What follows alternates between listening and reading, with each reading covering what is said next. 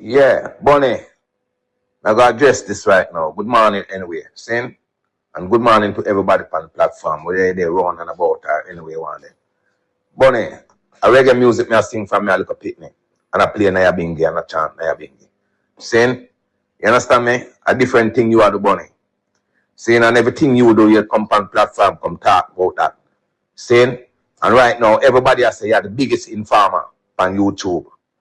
Saying, enough things you talk about it. Saying, people say you're informed on all your own self. Saying you inform, you chat everybody business on social media. Man, I miss a rat poison to somebody. Me kill Gaza rat, gully side rat. Rat war boss AK, rat war boss Glock, rat war bun high grade, grab a Captain Black. Me say rat them wicked and that. All in I town then their vehicle, me see bugger them a stop. Then over two a gully back, them black road a two sister rock. All up a church, me see rat pan choir they clap, I take all communion round a back. Rat a boss AK, rat a boss Glock. Rat a do daggering master pan me virgin whatnot. Me virgin lock down in shop, so rat near me down say nah pay rat tax. All vehicle me say rat in I town a stop. Rat have 10-year visa, bump me say rat a squeeze out a rat fear with tweezer. Rat, roach and hands. Me kill black hands, red hands, pickle me clans, all the minister of finance. Who say rat? Who say rat? Me a rat poison, food poison, crook lizard poison, man poison. If you lay yourself careless, all you get poison. Who say rat? Alright, top me I go top chat. If you miss a chop now in car, miss a black. Show them. Hear that? Show them your product. Rat poison, me a taste and buy. Gaza rat, gully side rat, big rat, small rat. Me kill all token rat, rat bat, rat who go to door and watch everything where you got. One rat poison lick him down flat. If you miss a chop round here, you can't miss a black. A launch me a launch your attack. Token rat, 2-foot rat, any type of rat. Taste and buy. You hear that? Yes. This station, the slave station, is no police station, no train station, no bus station. Calling all bad slaves from long gone till nigh.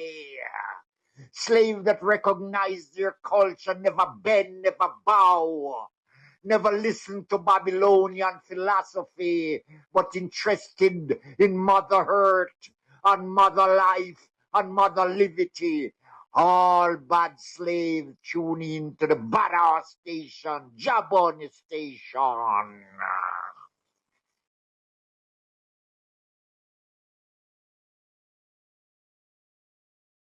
Side of the Caribbean that are not that well versed in the Rastafarian movement are not have been brought to be aware of Rastafari through these brothers and others, but in particular those three brothers. And I'm wondering if it was a conspiracy simply because they were so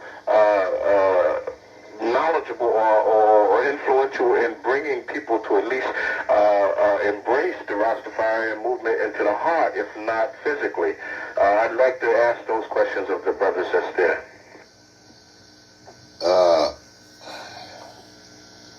As to Bob Marley, Peter Tosh, Jacob Miller,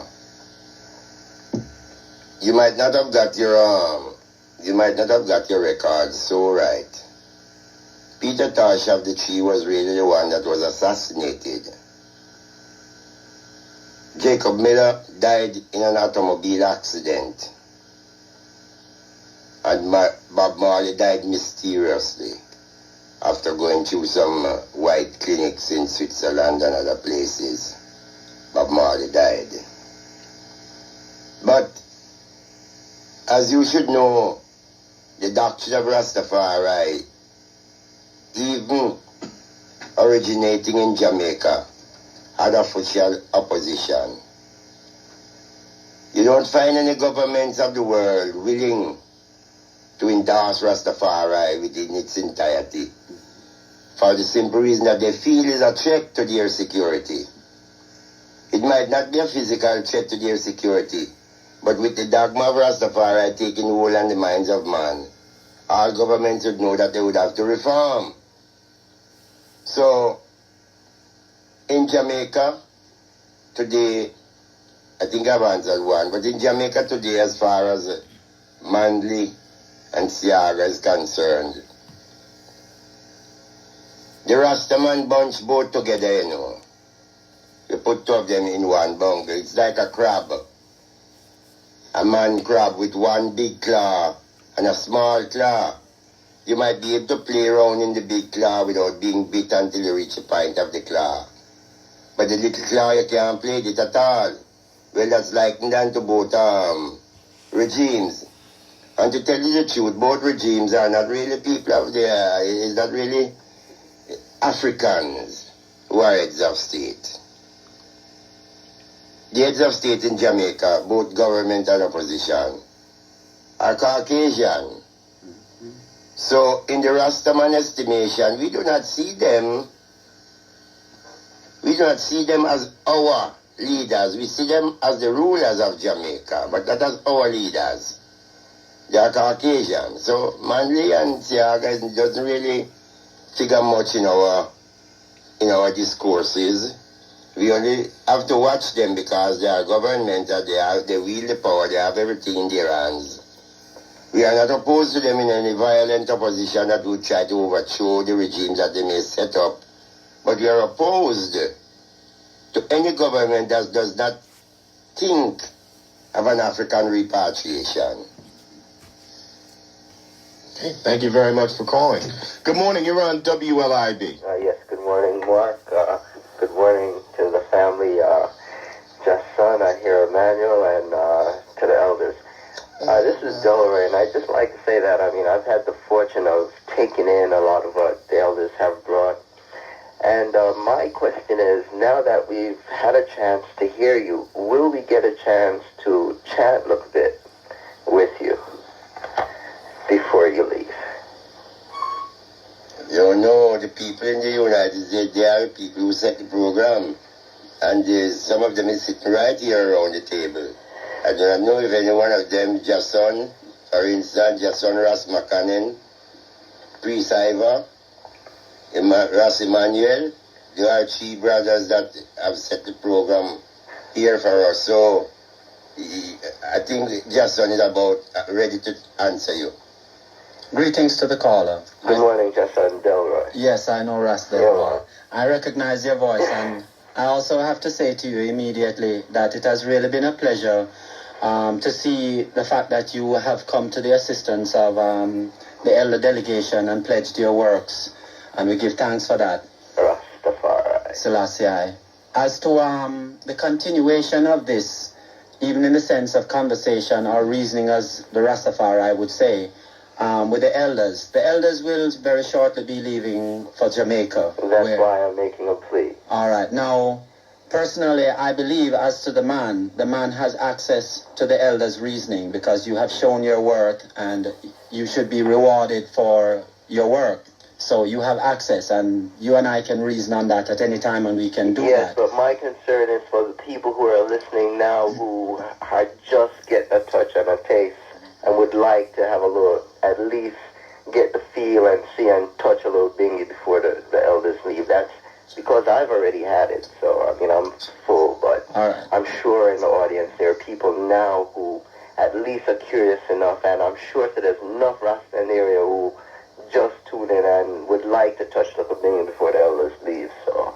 All right, on this part of it, Ras Delroy. The elders, as I've mentioned, will be leaving very shortly for Jamaica. However, for today, there is so much to be done. The elders will take a sojourn to New Jersey in a portion of today, probably somewhere in the neighborhood of about 1 o'clock.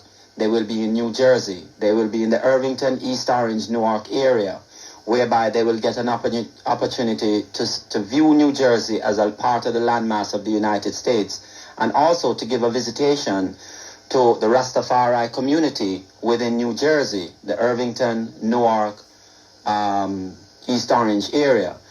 There are many people in that particular area who are familiar with the works that takes place on behalf of Rastafari in the Irvington area, New Jersey. Now, if one who is listening in is really keenly interested in having reasoning with the elder delegation when they get to Irvington or East Orange, Newark area. I have to stress that. They should tune in with one of the locations such as Beaumont Stores on William Street in East Orange, New Jersey, and they will get information because this is part of the Rastafari community, and this will allow them access to the elders when we decide upon the location where we will most likely be. So if one just keep tuning in and come to this particular area of East Orange, for instance, the Beaumont Store at William Street in East Orange, you will get information and an opportunity to reason even further. Okay. Thank you very much for calling. Good morning. You're on WLIB. Yes, good morning. How are you?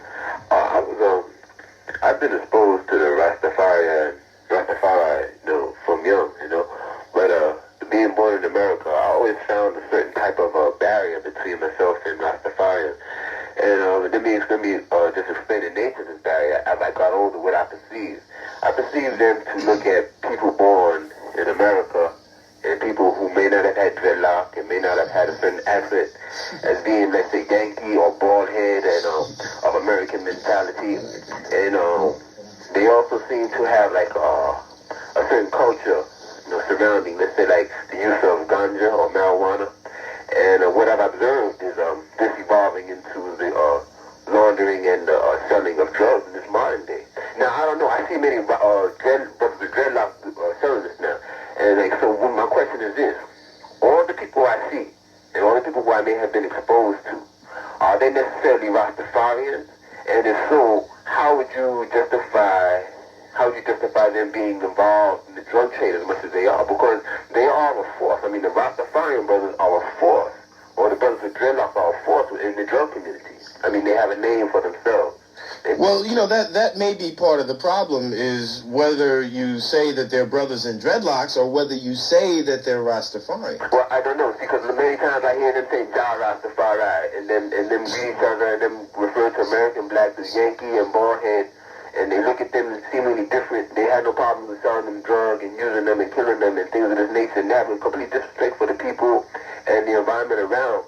And I don't see them fostering anything positive. For example, I don't see none of them have schools, that's it. I don't see them teaching children like mathematics and reading and science, because if they really plan to go back to Africa, I mean, they can't go back to Africa with just religious philosophy. I mean, religious philosophy is good to establish a way of life. See, I'm on live here for many years, nearly 20 years now. See, I am pre-server, see?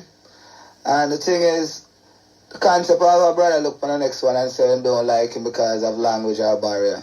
Those are just a part of the colonial minded, man, We are here to teach our people wherever we are. We teach love throughout the world. As far as even the last question with the high-post technology, personally, I'm an electromechanical engineer, see? I might have a company in this country, same way. And we deal with technology. The reason why you don't see school and thing amongst one on one is because we get a fight. Every time we as African people set up school, we get a fight different from any other nation inside here. Because as we set up a school, we claim racism. Our school from we say all African people. It's like a racist school. Many attempts have been tried, my brother, but it failed on the part because we don't have the support of our own people. Once we put up an African establishment, we do not get the support from even, because even here as African people or even as Rasta, we don't have the community at large as even the African who is born native of this country. And once we open up the thing, they don't support us, you understand? And we need all the strength we can get because of the same thing. Even though I say people are here calling you ballad or Yankee, I never went out and seek to find out if there was anybody. It's because you already stereotype that all of us are the same. We don't go around and stereotyping people, you understand? We are here to teach people, and that's primarily one of our major objectives, to teach the right. And right does not deal with the barrier of language and ballad, man. We are here as one people and as African people, and that's how we can that's the only way we can unify ourselves, by starting to look at each other as we are. That is what somebody say that we feel. You have to know yourself, and that's what we are here to do, man. My brother, this is Russ Emmanuel. As you said, you've seen dreadlocks selling drugs. Rastafaris have nothing to do with drugs. Anyone can grow hair on their head, and I'm sure you have hair on your head. It would be wrong if I had to run around and say everyone who has this new hairstyle is a junkie or a pimp or a prostitute. So that I should look in yourself and know that you should not pick up the ways of the European by casting these stones at your people. when you see these things happening. Drugs is not the African man's business, and it is not the Rasta man's business. If you see a dreadlocks selling selling drugs, then that's his business. Well, hold on, you see, when I say I was exposed to it from young, I've spoken with brothers, and there seems to be no way to become a Rastafarian. They see if you wish to become a Rastafarian. And like the philosophy, is very strange sometimes, and you don't know what it is. My brother, listen. As I said, I grew up in England. I needed to know about Rastafari. I went to Jamaica and I sat at the feet of our elders. Now, if you want to pick up your righteousness in the street, I would not advise that. You sound like an intelligent man. Now, you need to go to the proper forms to gain this knowledge before you start criticizing it. I would suggest that if you do not get an opportunity to speak with these elders now, go to your library, seek out the books what there are on Rastafari. Instead of going on vacation, go to study in Jamaica. You'll see the white boy down there all the time. He's up in the hills trying to find out about Rastafari. I and I as Africans should not be in confusion about Rastafari at this time. One love. Okay, thank you for calling. Good morning, you're on WLIB. Good morning, brothers. How are you? Okay. I have this problem that always crops up.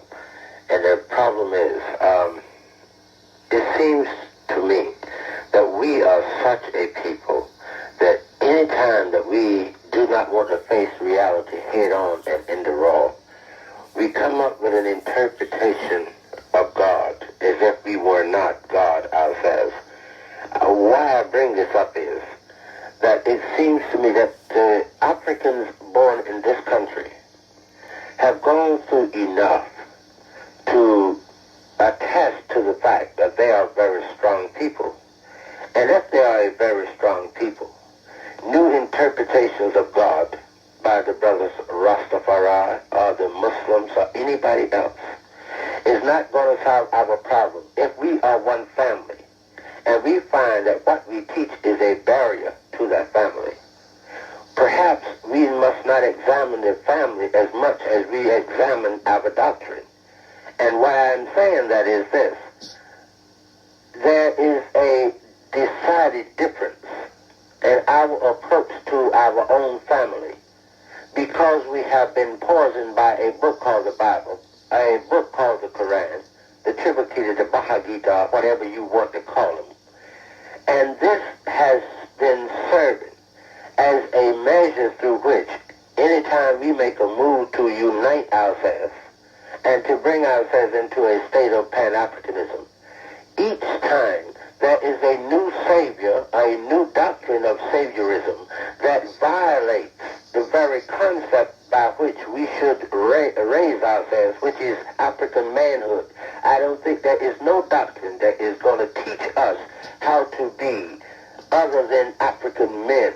And after we have achieved that level, it would seem to me we can move on then to the Godhead. But we have not finished our boyhoods evidently, and so we come up with doctrines instead. My question to you is this. Do you believe that there's anywhere on the face of this earth that the African is more African than an African? No, we in the world, man. We suffer the same tribulation in the four corners of the world, from Africa throughout all the Western Hemisphere. We are under the same exploitation. We are totally subject to this European colonization, wherever we are. We are not preaching any new doctrine or teaching anything new to anybody, man. We are just the root, maintaining the African, because a lot of people say in Africa, but they're looking at Africa as something that to be exploited. We are talking Africa as one people, one nation, no separatism. We don't care because we say Rasta. We are just Rasta from the platform that we are larger from. But we are embracing all African people. We are no more African than any African throughout the whole world, because anyway you're going to look at us, we have something unique that no other nation have. And this is the wool that's upon our ears. So we could not fight against no wool here, man, you understand? Whenever we see this, it's because most people doesn't see us. They fight against our wool. We maintain our native state. We maintain our primitive state. That's all we are. We just maintain this. We're not preaching anything new to anybody. We're just here to let people know that Africa has to liberate itself from the four corners of the earth, man. We're not teaching nothing to separatists, anybody. We want the whole African family to come in, but because of colonization, that's why most people are fighting against the various religion. My brother, are you there? Yes? A people without a God is a people without hope. All nations of the world has looked forward to a divine deity in all phases of their history. Black, white, yellow, red has got deities. We are no different from other peoples of the earth. We have got a Godhead to look forward to. That's the hope of a people. A people without a God is a people dead. It's like a tree without roots. So when we endorse the philosophy of the divinity of Emperor Haile Selassie, the Rastafari, we are not doing anything outside of the norm. We are doing what other nations have done in the past and are still doing today. You understand? Yes. So, But can I ask you a question? May I ask one other question? Okay, you got to make it quick. Yeah, my one other question is this. Do you not see that the approach that are made by brothers, not only from the West Indies area, but from Africa itself, our approach to each other becomes a barrier and not a bridge?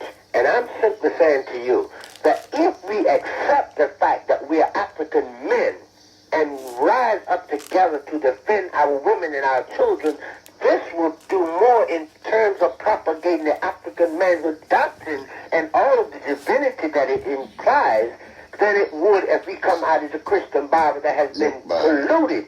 Look, let me tell you this again. It was written and stated that in this 20th century, the hope of all black men would be Rastafari. Hence, we know that nobody can organize or unite without you have a focal point that you are driving at. When the great Marcus Garvey was on the scene, Marcus Garvey was a man all looked up to, but he had a hope. He had repatriation. He made his hope a reality by people going to Liberia and other parts of Africa. You cannot organize people within their African nest without you have something to show them. You have got to have something to point to, a star to point to.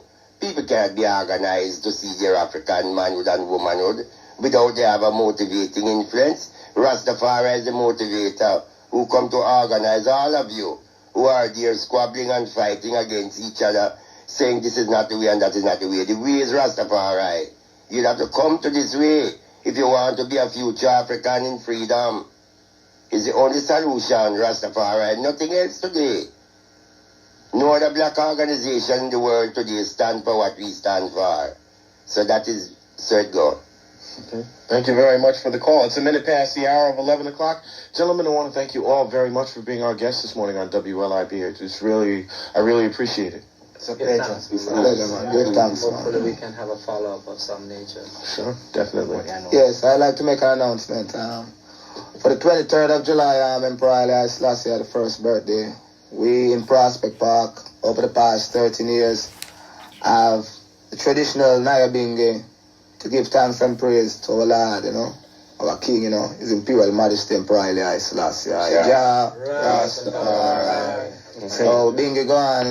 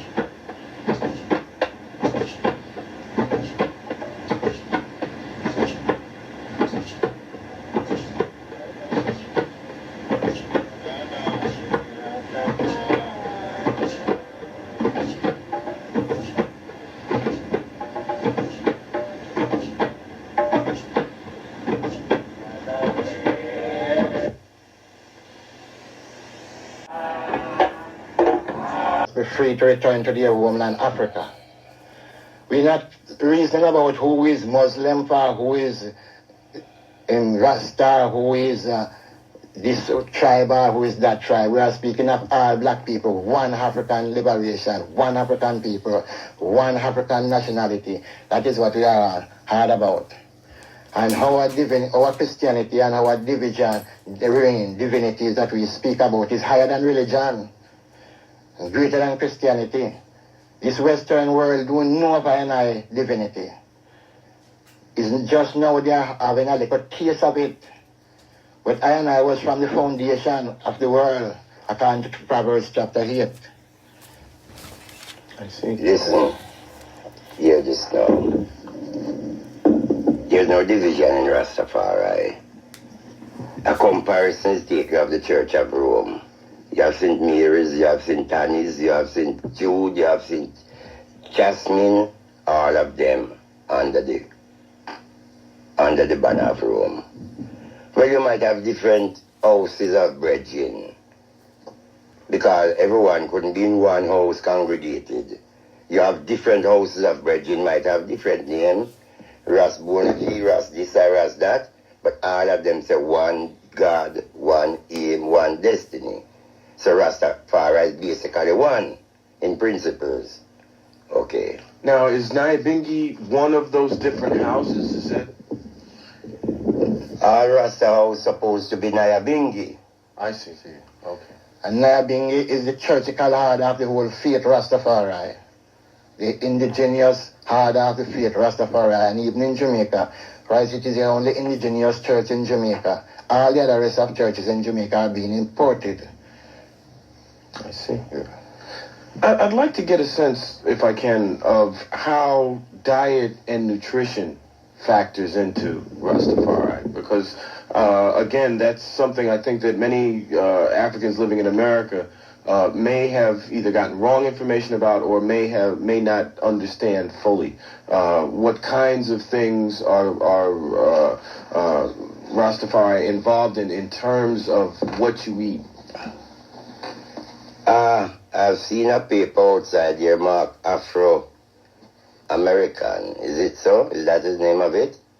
With two people, one weighing 500 pounds, a boy of 19, and a woman of 30 weighing 750 pounds. I as Rasta look at that as abnormal. No human being not supposed to weigh those kind of weights. Well, that obesity is caused by diet. The Rastafarian is a man who adhere to the strictness of food, because we know a man is what he eats. If you eat flesh, you become extremely fleshy. If you continue eating flesh, then it becomes fleshy. If you eat meat, then you stay as green as the trees by the banks of the rivers. Let me correct that for you, because lots of people in the United States coincide flesh and meat. They are two different things. Meat is vegetable. Genesis 1st 29th verse show you that meat is vegetable. I eat meat, but I don't eat flesh. The seed of every tree bearing fruit is meat to man. That's what the book declares. Genesis 9 also. I am a eater of meat. That time on. I'm a eater of meat, but not a eater of flesh. The moment you kill an animal for food, which is cannibalistic in our concept, because they are all creation people, we have all family, the animal kingdom. The moment you kill an animal for food, it starts to putrefy from the very moment that life leaves it. That means you are eating, as Rastaman call it, dead as. You are eating dead as. You understand? Rastafarians are strictly vegetarians. Some of us might eat fresh fish, that's fish taken from the sea. There's a different element from man. We don't eat no land creature like ourselves that have emotions, feelings, backbone, blood, and them kind of things, that we don't deal with those things. That is the way why you see the Rastaman keep trim and insert amount of physical health, because we know man is what he eats. So we try to eat a balanced diet. If you see the formation of the teeth of mankind, you know that we are not flesh eaters. We are people who crop grass and corn and all them things our teeth make, like horseone, like elephant. Our teeth is the same kind of teeth like those animals that eat grass and vegetation. We are not flesh-eating people like the cats. So that's why the Rastaman stays so all the while. Him depend on a balance, a physical balance, because he knows what to eat. The last time you were here, at the end of last week, we talked briefly about the misconceptions that, again, many people in the United States have about Rastafari and drugs. And I think you stated unequivocally that Rastafari does not get involved in drugs. Maybe we need to restate that particular tenet of Rastafari so people understand that. When you say drugs, you know, there's been a misconception within the minds of people who speak about drugs. They lump all things together. Psalms 104, verse 14 said the herb was made for the healing of the nation. You hear what it said? The herb was made for the healing of the nation.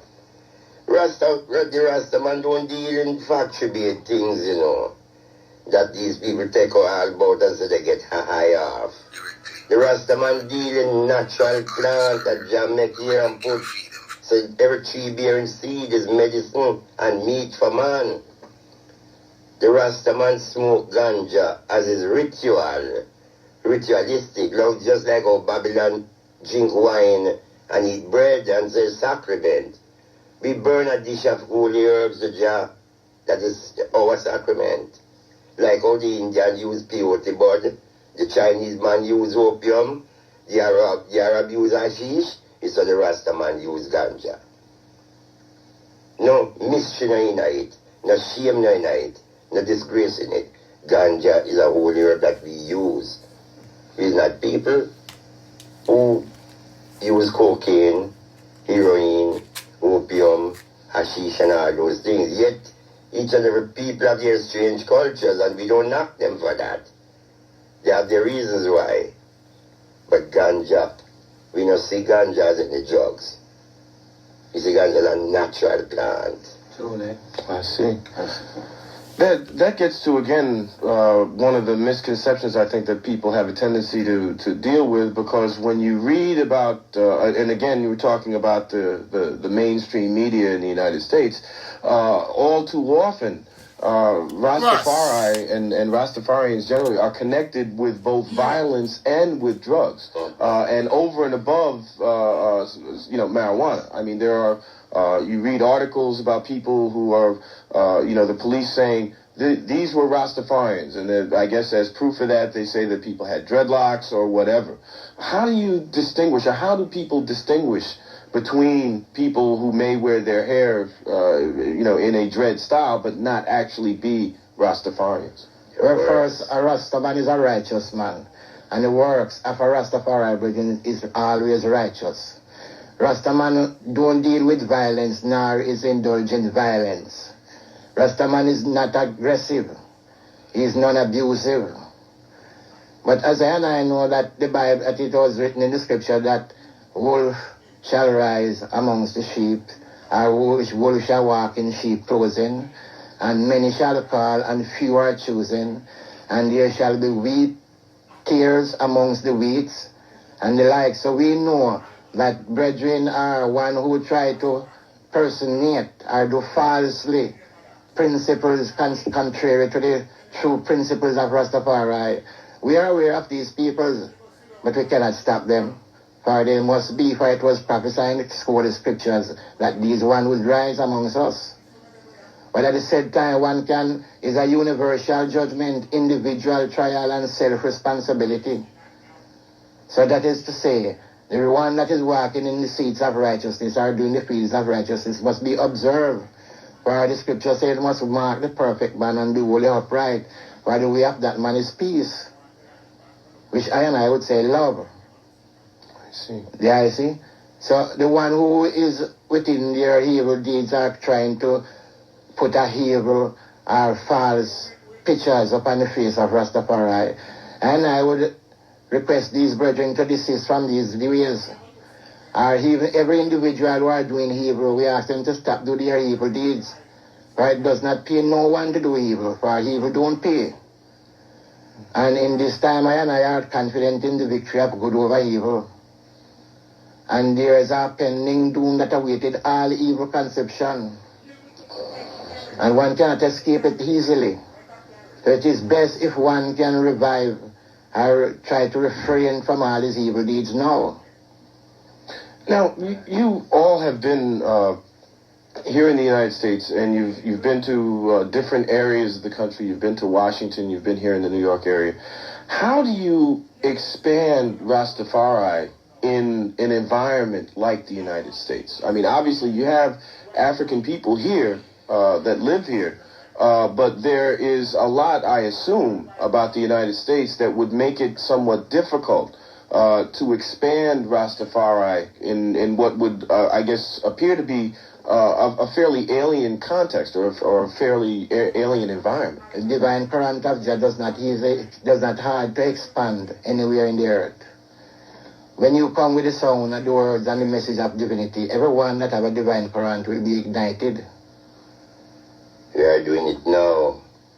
Even here now we are expanding by radio. And in every place that we go, we keep functions and invite the people. We do not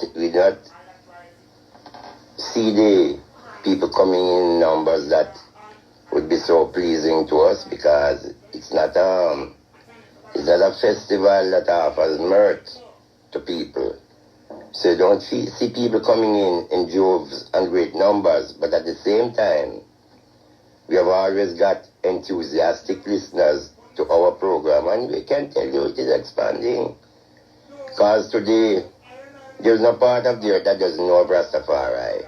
And we do not have the benefit of press or screen or radio. We don't have any media. Yet every part of the world today hear of us. So any man that's doing wrong in any part of the world is without excuse. For the message have gone through the whole world, earth already. If America don't hear it good, actually America benighted or close it, I choose to close their ears, because just around here, so the whole of it in the Caribbean, you know. Mm-hmm. So near to the United States, and the United States have so much interest in Jamaica, so they well know of us, you know. Even the common people don't too know, but heads know. I see. Ras Emmanuel, you had something you wanted to add? Yeah, man. Well, to the expansion of Rastafari, here I am. I was born in England.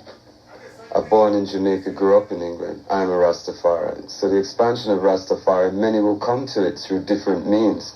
Some are looking for their political connection.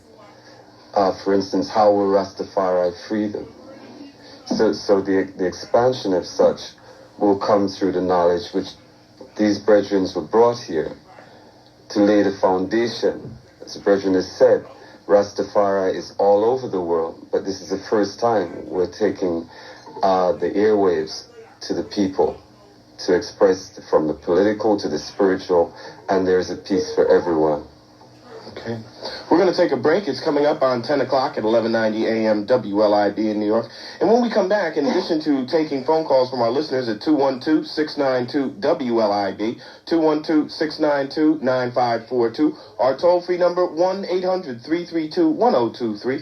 When we come back, I also want to talk about Rastafari and politics, because, again, that's something I think that many people have misconceptions about. We're going to go right now to Carl Ferguson and the 10 o'clock WLIB New York News. We're going to be back with our guests and you on the telephone. Stay with us.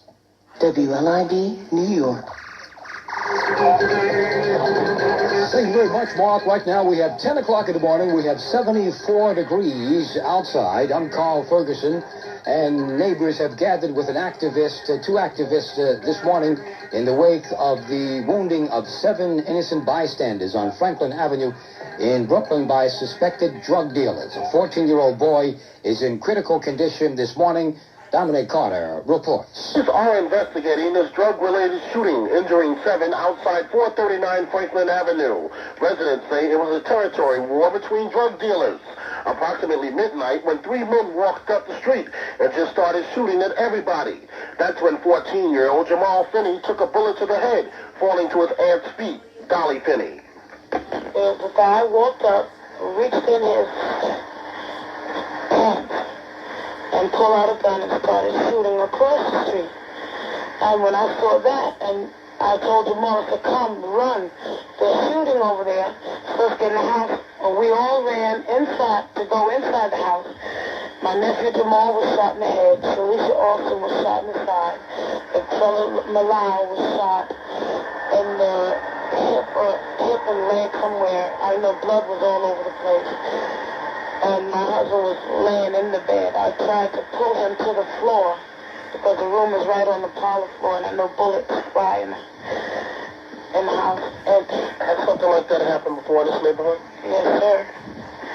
A few times. And another little boy was shot on the corner of Putnam and Franklin, 4 years old. This was a couple of months ago, maybe 3 months ago. Are all these shootings happening because of drugs and weapons? Related. All drug related. And I wish something could be done about it. Residents tell us that 3 men were looking for people not here, so they decided to leave a message. Reporting from outside Franklin Avenue, 439 Franklin Avenue, I'm Dominic Carter, WLIB News. WLIB News time, 1.5 minutes after 10 o'clock right now from London. Iran's top diplomat has lashed out at the U.S. over the shooting down of that civilian plane. We have this report.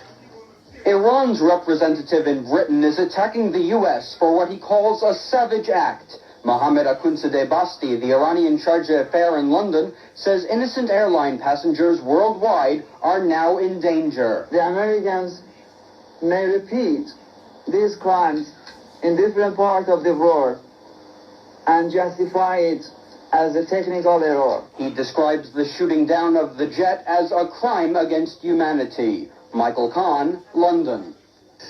2.5 minutes after 10 o'clock, the 4th of July is being marked by anti-American demonstrations in Manila, the Philippines' capital, as we hear in this report.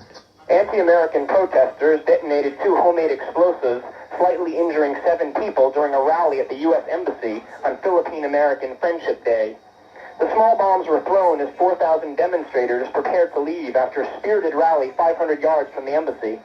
Riot police used truncheons and fired warning shots in the air to scatter the protesters. At Clark Air Base, 50 miles north of Manila, 3,000 Filipinos held a mostly peaceful rally where they burned in effigy Uncle Sam and President Corazon Aquino. Both demonstrations were to protest the presence of American military bases here. July 4th is the anniversary of Philippine independence from the United States. Until last year, it was a national holiday. Matthew Saul, Manila. WLIB News time, 10:03 now. The revised temperature is 77 degrees. And now here's an update on the cricket score. Here is Andy Thornhill. Well, it's a story of gloom, but one hopes not of total doom from Old Trafford this morning. Not a ball has been bowled on day 4 because of rain. And in fact, the heavy showers forced an early lunch, and the umpires are due to make an inspection of the ground in another half an hour. So the West Indies are held up in their bid to force another victory over England. At the close on Saturday, they were 357 for 6, an overall lead of 222. Harper is not out 61 and Marshall not out 37. There have been numerous stoppages in the game so far, and this latest one will help England's cause more so than the West Indies. And that's a pity, because they have outplayed the English host from day one. Then they shot them out for 135 from very quick fast bowling on a very slow pitch.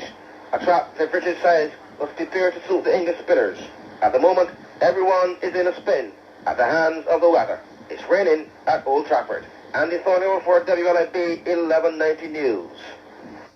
4.5 minutes after 10 o'clock, sunny skies, high temperature 85 to 90 today, and clear tonight, low in the upper 60s, mostly sunny and hot tomorrow, high around 90.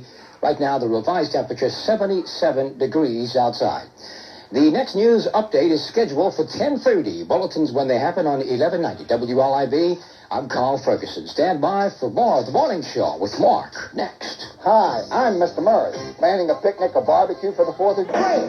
7 minutes past the hour of 10 o'clock at 1190 a.m. WLIB Radio in New York City. Our guests in studio are from the Rastafari, and they include Bongo Sam Brown, Bongo Time, Priest Haver, Ras Emmanuel, and Iris Ion.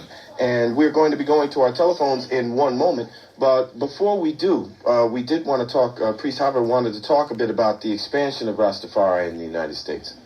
Yes. So basically, before we even got to the fullest level and how we expand, we have to realize this is in ache.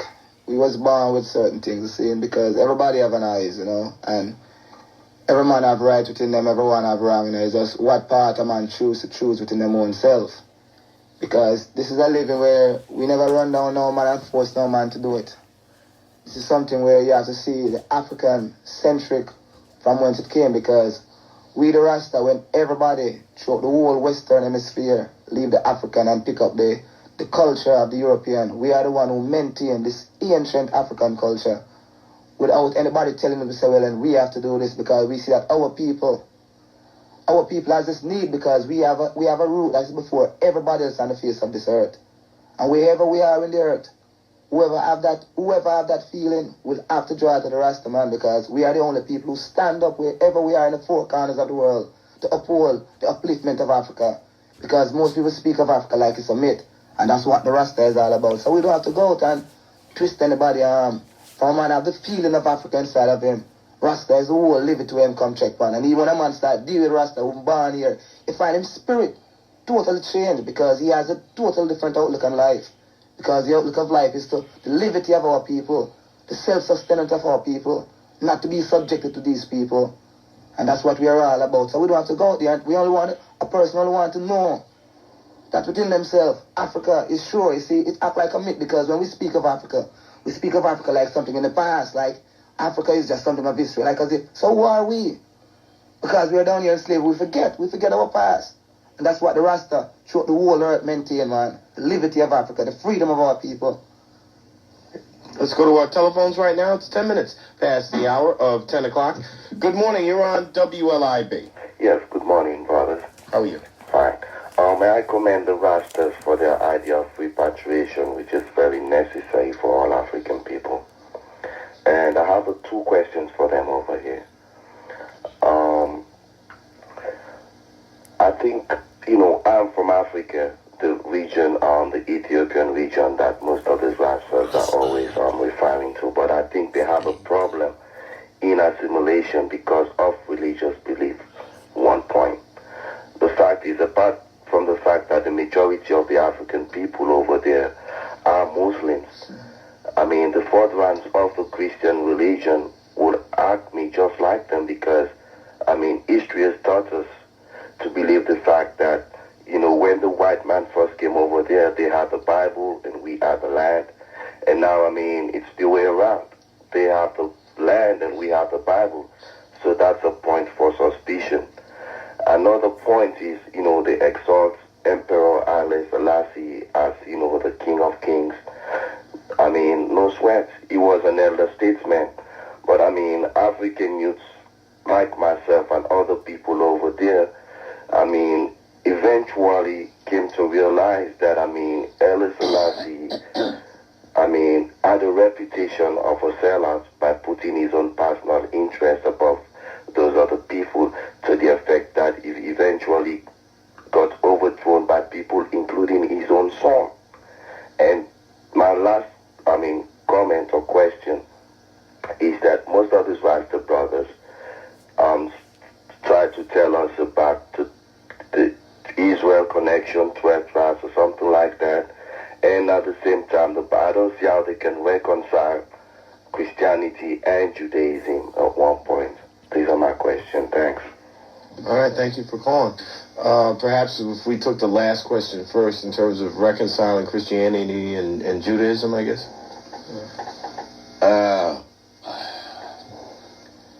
Christianity, as we know it today, is quite different from the Christianity of the days of Frumentius. Christianity as we know today is something that is based on Christianity and economics goes hand in hand today. Christianity, within its form in the beginning of time, was purity. Christianity was the works of Jesus Christ. Ethiopia Ethiopia has the oldest form of Christianity in the world. That's pure Christianity. Not Christianity mixed with the symbolism of Rome, Confucius, Buddha, or such. The Bible that has been given to Africans in exchange for their land. Because the Africans do not interpret the Bible in the right way, they do not see that the European is at fault. There's nothing wrong with the Bible. What is wrong is within the demonstration of those who hold fast to the Bible. I am saying that the African is going to have the land and the Bible together. It's not going to be the other way around. Where we have the Bible and the white man the land. We shall both have the land and the Bible as time goes by. Because we shall use the same Bible that those men have given unto us to bring up all their misdeeds and to show the wickedness of those that did propagate the giving out of the Bible. So, I might answer two of the questions already. What is the other? Are you still there? Oh, I guess he hung up. I know there was a question about Haile Selassie as well. Well, for those that might have heard the question posed and interested, we have done it so many times in explaining true Holy Writ, because that was the first thing we did when this program started. We draw biblical conclusions to show that man is God, because there's no mystery in God, you know. God is a man. It is said, God created man in his own likeness and image. The image of man, the image of God is man, because if God created man in his own likeness and image, God must be man. So, there's no myth there. You have other people who have worshipped other beings as divine beings. Buddha, up to Muhammad, Buddha, Confucius, all these people have been worshipped by their people as divine beings. The Pope of Rome is looked upon by millions throughout the world as Holy Father. The Pope represents himself as Vicar of God on earth. That means the Pope role is Jesus Christ. Look around the crown of the Pope, what you see written there. Vicarius Filii Dei, which when translated in English means 666, which is the measure of the beast, that is also the measure of a man. So you can see, it's only because black people do that have the ambition within themselves to look at God through their own spectacles. They give you a painted white man and say that is God and you believe. And the black man was before the white man, so who could create the God but the black man? Rastafari. Before the first white man come out of Europe, there was black civilization. Black people come first on this earth, so out of the black man cometh God. The Bible says God hangs in motorless spaces surrounded by thick darkness, hence black people. So don't mystery in God being black, and if I see Emperor Haile Selassie, which is the physical representation of the Rastafari, which is the inner God, then we are quite right, and we are not deviating 1 inch from the step that we have taken. Thank you very much for that call. Good morning. You're on WLIB. Yes, good morning. How are you? I'm fine, thank you. Good morning to your guest. I would like you first to be a bit patient with me. I have a slight confusion in the terms of Rastafari. Now, it's my understanding that God dwelleth within each and every man. The Spirit of God is in every man. So I would like them to tell me, in what relation does Rastafari to me it seems like, and from the brothers that I speak to, other Rastafarians, that they look at Selassie as some form of God, as an image or what have you. And being the fact that God is within every man, then how does one relate to King Selassie himself as a God, if that is so, whereby look at him and give praise unto him in some degree, And God is within myself and everybody. You understand? The Spirit of God dwells within me. So, could you clarify that Rastafari? Is it something that one... I can, but you want to. I can't really grasp this Rastafari. And second of all, a second question. With regards to woman and man, so I'm speaking to other Rastafarians as well. It's being expressed to me that man is inferior to woman and what have you. But it is said that woman and man become as one.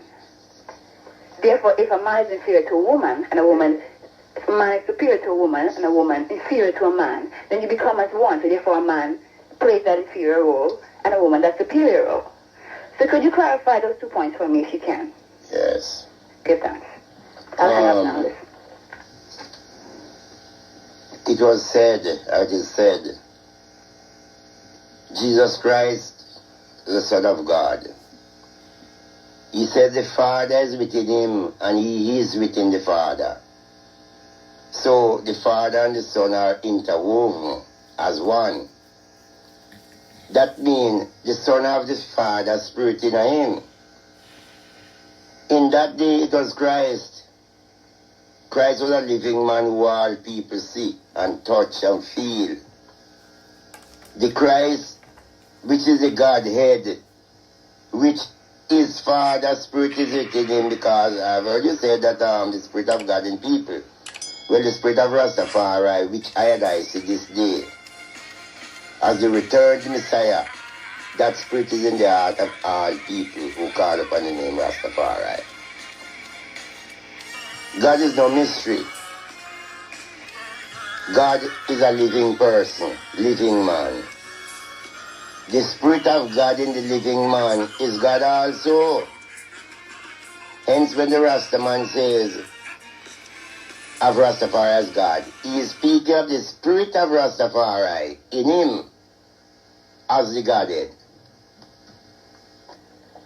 I don't know how you take that answer.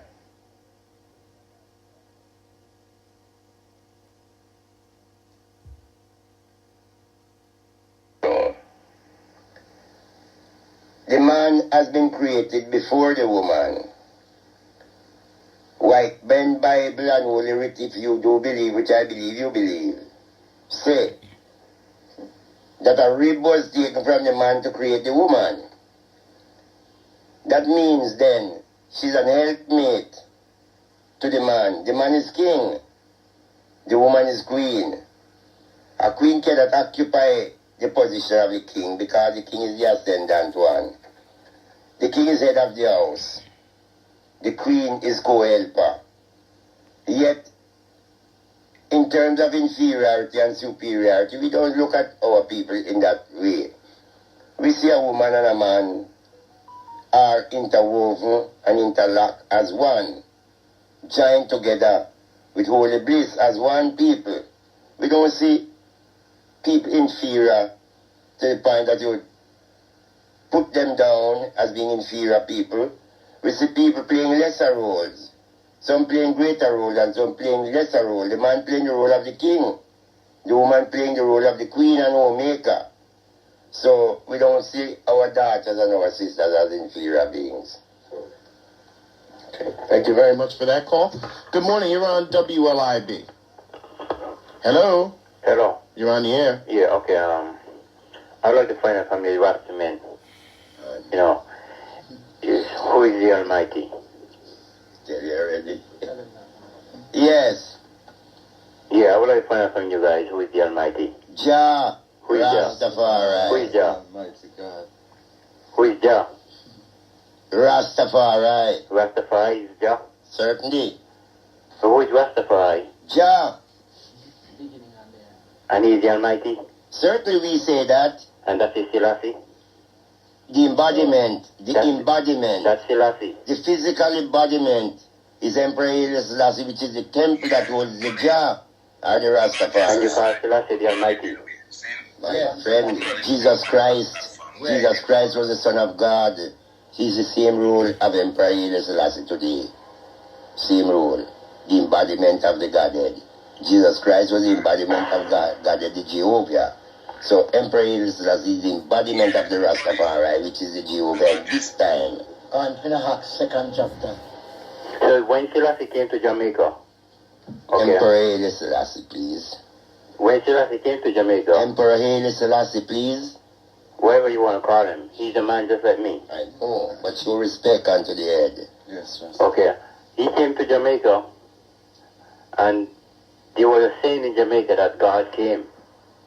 There he goes. The saying is Could you still back there. that saying? No, I'm not from Jamaica. I know. But when he came to Jamaica, there was a saying in Jamaica that God came. Can you back that up? Yes. Yes, God came. So you say he's God? Certainly, we do say it over and over again. He's not God. He's a man like All me. right, we are not disputing. Say about Christ. You're entitled to your opinion, my brother. Yeah, my opinion is right. He's not God. Okay. We're not fighting it. There are millions like you who think that way, and there are millions who think my way. So let us wait. Let the wheat and tears grow until the day of harvest. Thank you for calling. Good morning. You're on WLIB. Yes, good morning. And I don't want to get in the controversial part because there are so many truthful things that the Rastafarians have been saying. And I would just like to digest on that part for a little while. For example, as most of our Jamaicans who have been brainwashed by the clergy class, the religious sector, who have constantly support the guns that control Africa, the guns that have exploited the Indian people, and the guns that exploited the South American people. So the many things that they have been saying are correct, but under the constant brainwashing of the religious sector and the political sector, we see that our people can't get the message yet. For example, when the so-called Columbus came to America, he claimed that he discovered the Indians. Of course, the Indians had discovered themselves a long time. People who came from Africa and had settled down here a long time ago. And Columbus went back to point out how the Indian people were so loving and kind, similar to the Africans who have been constantly exploited and been preoccupied by the religious European exploiters. And he went back to say to the Queen of I think Spain, how these were nice and kind and things like that. Now, the same thing happening today. We see the religious sector trying to exploit Jamaicans. I understand that some religious preachers are supposed to be there coming next month. And we have heard so much things that these preachers are going on with. I can understand. Except the Rastas who really understand the Bible. They sit down and they read their Bible. Now, I'm not a Rasta, but I've talked with them, and I know my Bible, and I came to the conclusion that anyone can sit down and discuss with the Rasta and see the truthfulness in what they're saying. Basically uneducated and constantly brainwashed. Another thing is that the Rastafarian has accepted himself as a man from Adam who got created a black man Adam. And the Rastafarian loves the natty hair as well as the hair that all black people were born with. Now the average Jamaican or the average Caribbean or the average Afro-American do not like his original hair that God created. And I can't understand that. I just can't understand. There was a documentary on Channel 13 last year that support the idea that all people came from Africa, and that is when black men went to Europe and lived there for a generation that they have become pale, as the Indian calls them, pale face. So I cannot understand how a black person, look to the eyes of logic or Bible, can accept themselves and therefore run out of this dopey world.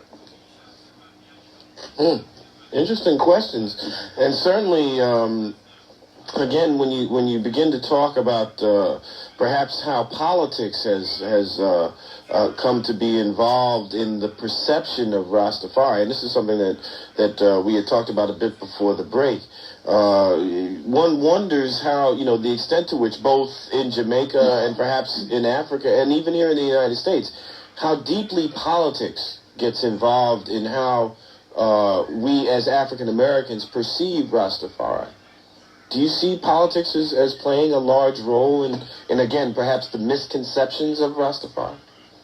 Well, basically, them have to do that because the only way them could have suppressed in order to rule a people, they have to make a people come belittled And it's due to the whole political, from the whole outer Rome to all heads of government, Western government. It's so them still to deal with we because they have to give misinformation to the people. And because the people them refuse to use their own eyes, anything them read in the media, and take it as gospel. Anything someone said to them without one inquire of it, they're all speaking out of ignorance. Because I speak to many people live in Jamaica for 50, 60 years, and they have the worst things to say Rasta, and they never speak to an eye. But them can come and tell everybody about Rasta, and they never speak to a Rasta man themselves. It seems that propaganda is one of the biggest politics them use from Africa into our own people now, because our people stop speaking to each other. We don't deal with one another more. We just stay across the street and stay in our building and look and have the biggest thing to say without knowing. So it's lack of knowledge is our worst enemy. You understand? The lack of truth is African people's worst enemy because we don't relate to one another more, man. Okay, thank you very much for calling. Coming up on 10:30 and 11:90 a.m. WLIB in New York, Carl Ferguson has the 10:30 WLIB New York News. We'll be back with our guests and more of you on the telephone. Stay with us. It's Monday, July 4th, 1988. WLIB, New York. Thank you very much, Mark. Right now it's 10:29 and a half. We have 77 degrees from Johannesburg, South Africa. This morning, UPI correspondent Diana Streak is reporting that attorneys for the Sharpeville Six are making a final attempt to get the group's murder convictions overturned in this report. Defense lawyers for the Sharpeville Six have lodged the final judicial appeal to save them from the gallows. This is the last avenue open to the Six before appealing to President Peter Botha for clemency and coincides with renewed international protest at their fate. The 5 men and 1 woman were sentenced to death by hanging for their part in the mob killing of a black mayor in 1984 during nationwide political unrest. Lawyer for the Six, Prakash Diyar, says he has lodged the petition to appeal against an earlier court decision not to reopen the case, despite evidence that a vital state witness had perjured himself. Diana Streak in Johannesburg. Also in the news this morning from London, U.S. diplomat has briefed the British leader on the events in the Gulf, as we hear in this report. America's ambassador to Britain spent part of his day explaining U.S. actions in the Gulf to Prime Minister Margaret Thatcher. Charles Price reassured her that there should be no repercussions for Britain and afterwards downplayed talk of Iranian revenge. Revenge just creates additional problems, doesn't it? I mean, after all, this incident wouldn't have happened if Iran wasn't and hadn't been in the process now for a long time of attacking U.S. and other shipping in the Gulf. I mean, it underscores the necessity for that kind of activity on the part of Iran to stop. Price believes that although tragedy resulted, the ship's commander was justified in giving the firing order. Michael Kahn, London. In Chicago, Democratic presidential candidate Reverend Jesse Jackson called the destruction of the civilian plane, the Iranian civilian plane, the result of having U.S. forces in the Persian Gulf without a definite policy. Reverend Jackson warned that American hostages in Lebanon are now at risk more than ever before. Here's the weather forecast for today. Look for sunny skies, pleasant weather, high 85 to 90. And clear skies tonight, low in the upper 60s. Tomorrow, mostly sunny and hot again, high around 90. We have 77 degrees at 10:31, 42 seconds. Next news update is scheduled for 11. Bulletins when they happen on 1190 WLIB. I'm Carl Ferguson. Stand by for more of The Morning Show with Mark Riley. Next. Sunny days, catch some rain, catch some raisinets. There's a lot of ways to catch some rain, but none like raisinets. Raisins are the reasons Raisinets are so wholesome. Sun-ripened raisins covered in nestling milk chocolate. So Raisinets are like chocolate-covered sunshine. Wholesome and then some. So catch some rain, catch some rain, catch some raisinets. Why not be like people who don't drink and drive? They are the safest people. People who don't drink and drive, they're just the smartest. People who don't drink and drive, they do their driving sober. People who don't drink and drive, they don't take chances. People who don't drink and drive, they live a whole lot longer. If someone says you're not up to it, let them drive and you don't do it. Why not drive with those who get there, not the ones who won't? Why not be like people who don't The people at Ford Motor Company urgently remind you that drinking and driving just don't mix. So please don't do it. Just one drink can affect your judgment and reflexes.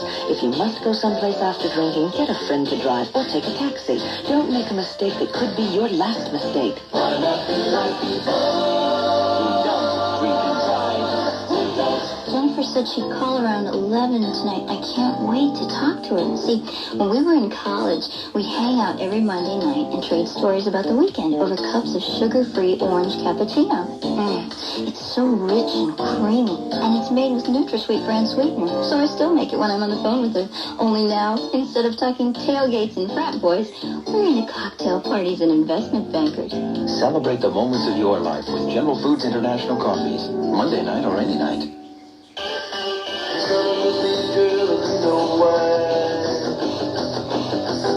I see the smile on your face, that look in your eyes.